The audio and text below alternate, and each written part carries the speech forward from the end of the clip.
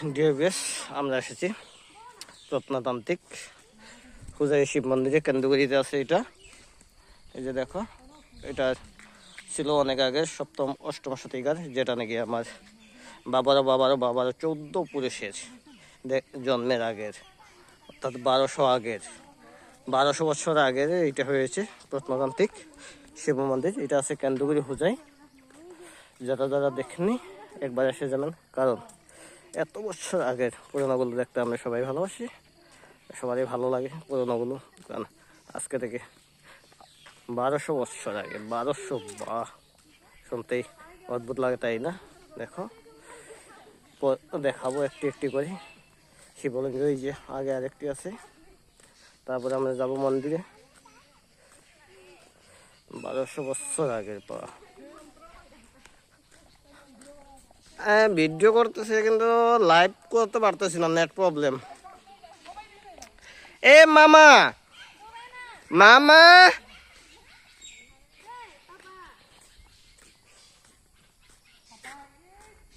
তারপরে এই যে দেখেন একটা শিবলিঙ্গ আছে।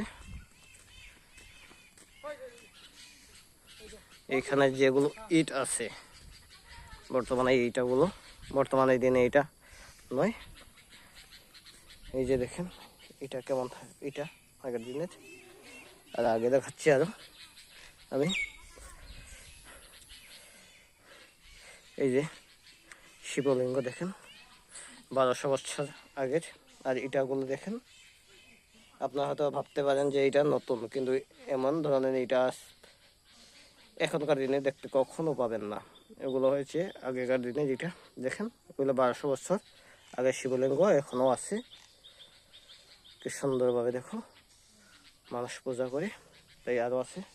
এখানে ননাথ বলে 9টা শিবলিঙ্গ আছে।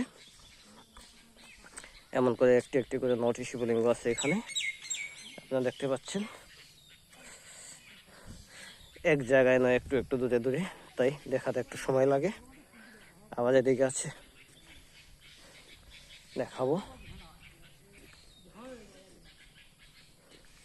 এই যে এরা ফুল তুলতেছে, পূজা দেবে।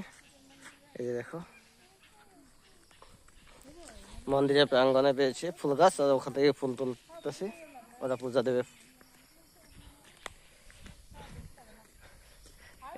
এইটি একটি অন্য ধরনের জায়গা বানিয়েছে শিবলিঙ্গ, দেখাবো আপনাদেরকে।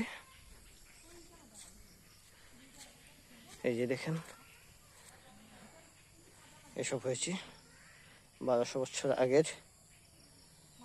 সবাই দেখতেছেন, দেখেন। মেন মন্দিরে এখনো আমি যাইনি, মেন মন্দিরে যাব। এ মামা, কি করো? এই যে আমার বোনের জামাই আছে, ভাগ্নে, বোন আছে, বউ আসছে, শাশুড়ি আসছে, সবাই। হ্যাঁ,